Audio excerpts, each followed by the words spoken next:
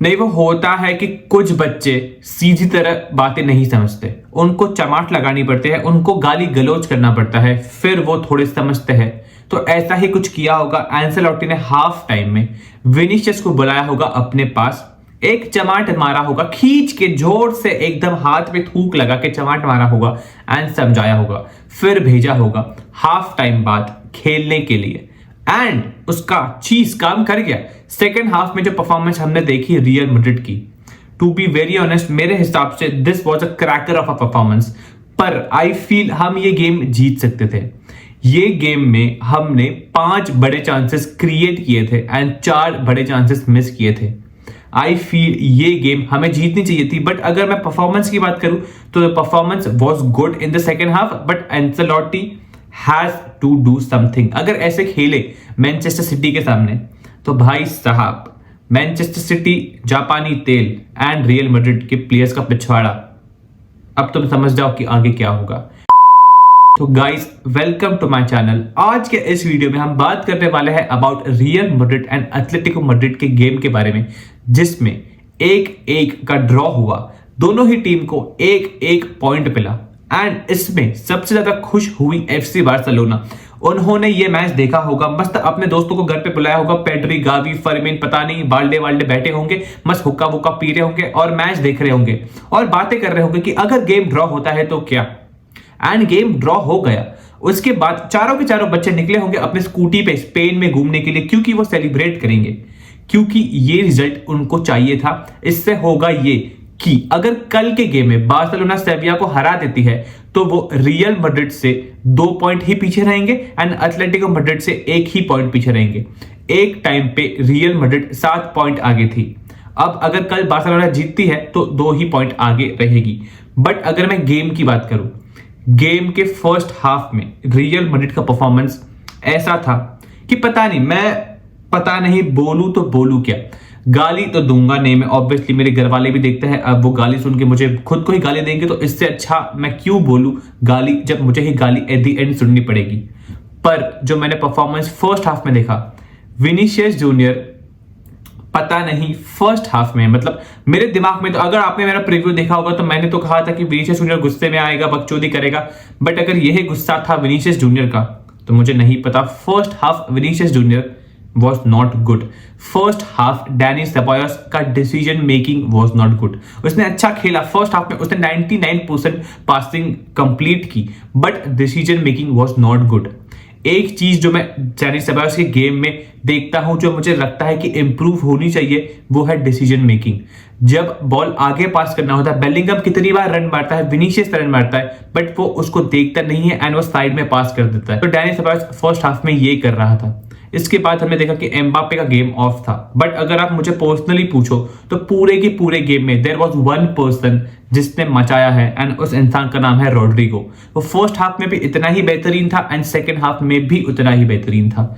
But अगर मैं बात करूं गेम की, तो गेम के शुरुआत में ही एक टैकल मारता है हमारा Raul Sergio Ramos the Neeraj Chopra Asensio.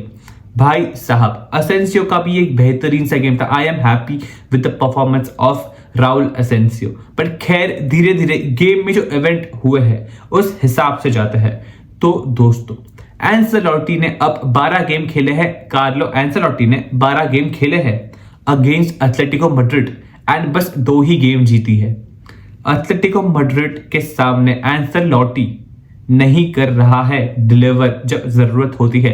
इसके पहले के लेग या फिर पहले के गेम में भी, जो लीग का गेम था, उसमें भी एक 1-1 का ही ड्रॉ मिला था। एंड फन फैक्ट, अगर भगवान की दया से भगवान ने हमें कहा कि बच्चों लो, तुम्हें जो चाहिए वो मिल जाएगा एंड हमें चाहिए कि हम सिटी को हराएं, तो अगर हम सिटी को हराते हैं जस्ट इन केस, तो हम खेल सकते हैं एथलेटिको मैड्रिड को इन द राउंड ऑफ 16। तो 2 गेम वो हो गए एथलेटिको मैड्रिड के साथ। उसके बाद अगर कोपा डेल रे के ड्रॉ में एथलेटिको मैड्रिड निकलती है, जिसका चांस है कि वो निकल भी सकते हैं, तो हम और 2 गेम खेलेंगे एथलेटिको मैड्रिड के सामने। अब पता नहीं कार्लो दादा उस टाइम पे क्या करेगा।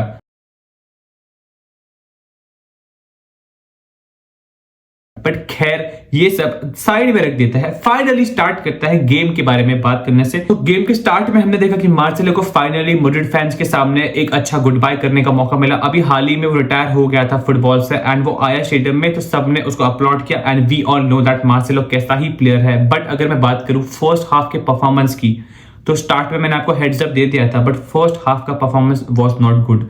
विनीशियस वाज लॉस्ट, सबायोस का डिसीजन मेकिंग ठीक नहीं था, गेम बहुत धीरे से मूव कर रहे थे। मेरे हिसाब से गेम धीरे से मूव कर रहे थे, सॉरी मैं ठीक से बताता हूँ, बॉल धीरे से मूव हो रहा था गेम में, क्विक पासेस नहीं कर रहे थे, मतलब ऐसे आलसी पना कर रहे थे। जब जरूरत थी कि गेम फास्ट चलाओ तो गेम एकदम धीरे चल रही थी इन द फर्स्ट हाफ। उसके बाद आता है वही कॉन्ट्रोवर्शियल डिसीजन, क्या वो पेनल्टी थी या फिर नहीं।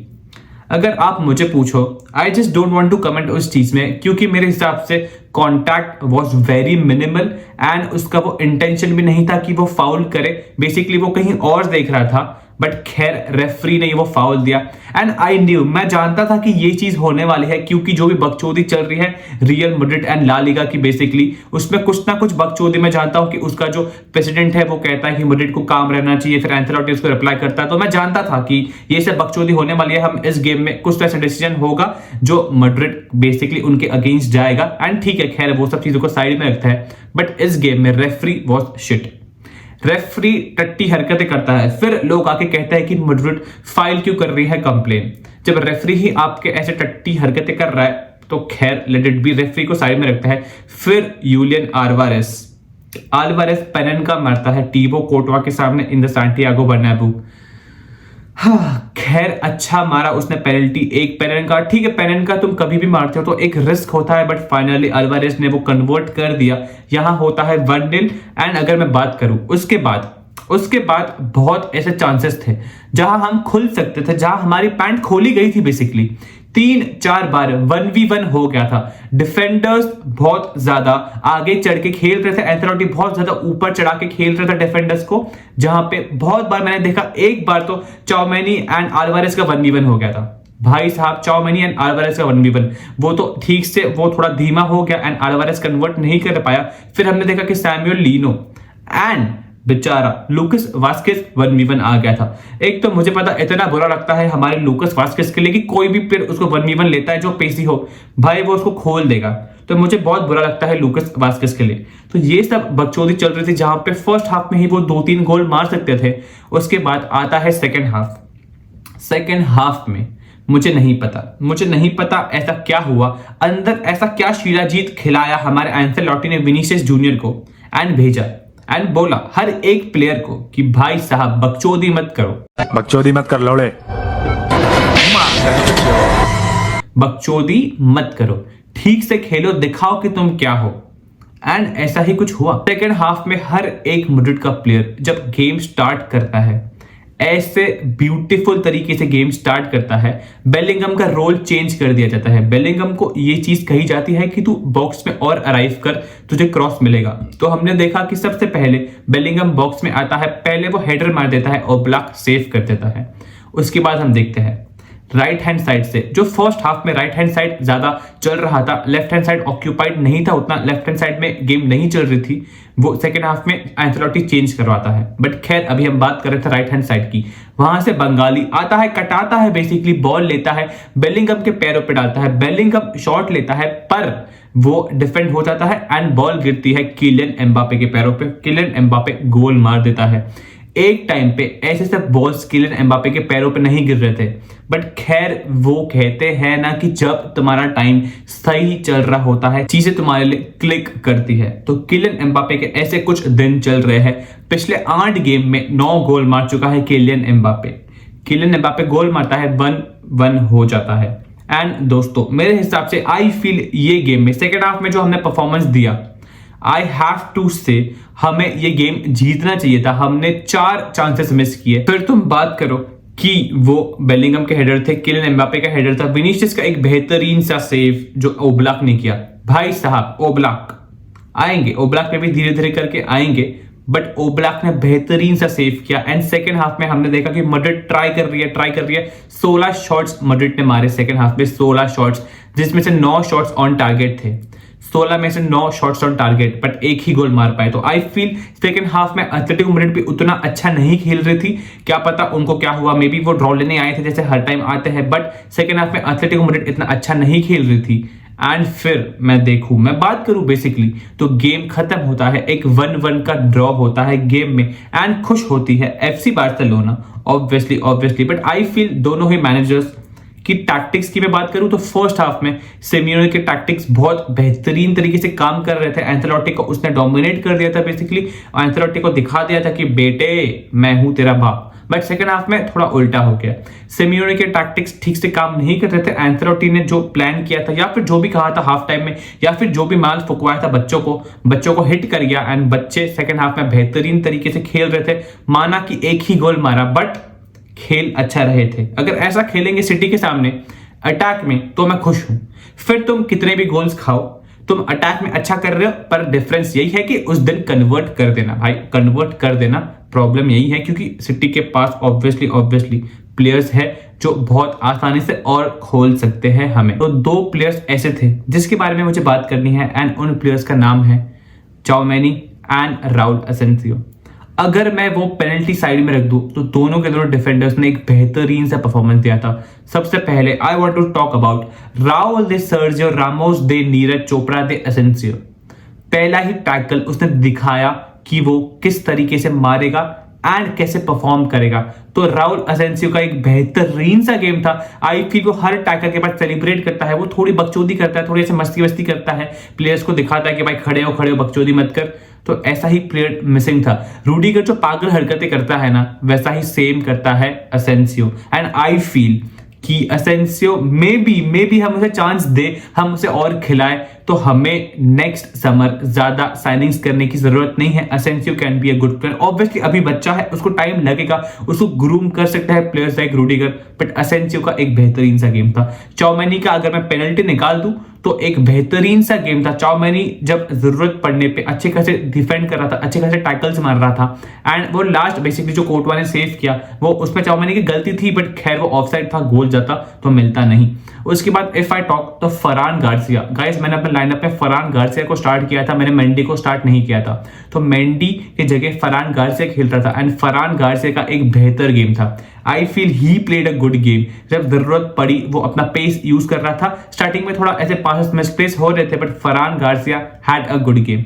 अगर मैं बात करूं डैनी सेबायोस पिछले कुछ गेम से ऐसे परफॉर्मेंसेस दे रहा है कि गाइस हमें अपलोड करना चाहिए। He had a good game. First half की मैं बात करूं, फर्स्ट हाफ सबका ही बेकार था। सिर्फ हम एक प्लेयर को ब्लेम नहीं कर सकते, हर एक प्लेयर टीम में था, बंगाली को छोड़ के एंड असेंसियो को छोड़ के बाकी सबके सब प्लेयर्स का फर्स्ट हाफ बेकार था। उसमें डैनी सेबायोस भी आ गया। डैनी सेबायोस का फर्स्ट हाफ बेकार was in the sense of the decision making that he was doing on the pitch. वो डिसीजन मेकिंग ठीक से नहीं कर पा रहा था, जब पास देना था वो पास नहीं कर रहा था प्लेयर्स को जो अच्छे खासे फ्री थे। तो डैनी सेबायोस का एक बेहतरीन सा गेम था। अब नेक्स्ट हम खेलते हैं मैनचेस्टर सिटी को हम नेक्स्ट खेलते हैं, and if you personally ask me, ये आज का डिफेंस का परफॉर्मेंस देख के मुझे थोड़ा बहुत कॉन्फिडेंस आ रहा है। I am a bit confident. थोड़ा बहुत डिफेंस जो मैंने आज देखा है, ऐसे ही अगर हम खेले राउल दे असेंसियो हालैंड को लेगा, हम कोई मंदिर का घंटा है कि कोई भी आके बजा जाता है, तो फिर हम वो गेम के बारे में ऑब्वियसली बात करेंगे। बट गाइस फाइनली एक गेम जो हमारे सर पे चल रहा था, जो हमें ऑब्वियसली जीतना चाहिए था, बट खैर हम इस गेम में 1 पॉइंट लेके जाते हैं। फर्स्ट हाफ के परफॉर्मेंस के बाद 1 पॉइंट, तो 1 पॉइंट सही, बट ऑब्वियसली सेकंड हाफ के परफॉर्मेंस के बाद 3 पॉइंट तो हमारे बनते थे। बट खैर अब 1 पॉइंट हमें मिला है तो खुश रहते हैं। कुछ तो मिला बेसिकली, बट खैर ये मैड्रिड नहीं है, वो 1 पॉइंट से ऑब्वियसली खुश नहीं होते। But I feel personally speaking इस गेम में मैड्रिड को जीतना चाहिए था, बट दोस्तों खैर ऐसा नहीं हुआ। तो guys thank you so much for watching.